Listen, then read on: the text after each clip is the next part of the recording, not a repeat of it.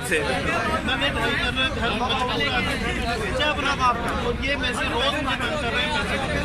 पैसे मांगे हैं? वो बता रहा है, वो काला सूट वाला। हाँ जी भाई, को सजा मिले। उसको सजा दे और अगर ये झूठ बोल रहा है मैं अभी जाके मसला।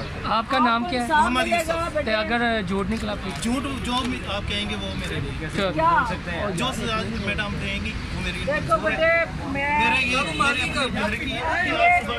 नहीं ये बेटा आज सुबह तो दफ्तर में मैं इधर से जब सर आए उसके बाद हम ऑफिस में आए। मेरी बात सुनो, ये बताओ कि ये तुम्हारी रजिस्ट्री जी है, मेरे वालिद साहब के नाम। क्या इशू क्या है?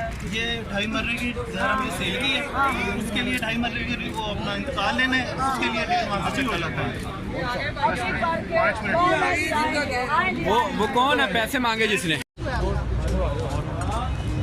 1.5 माह से मेरे वालिद साहब आ रहे थे इंतकाल की कापी लेने के लिए, तो उनकी तबीयत भी नहीं ठीक होती। 3-4 दिन से मैं भी आ रहा हूँ, रोज़ ये कह देते हैं कल आना, 2 दिन बाद आना, 4 दिन बाद आना, बस ये रोज़ लगा देते हैं। और आज इन्होंने वैसे जो है 10,000 की डिमांड भी की है कि 10,000 दें, और 8,000 में मेरी फ़ाइनल हुई थी।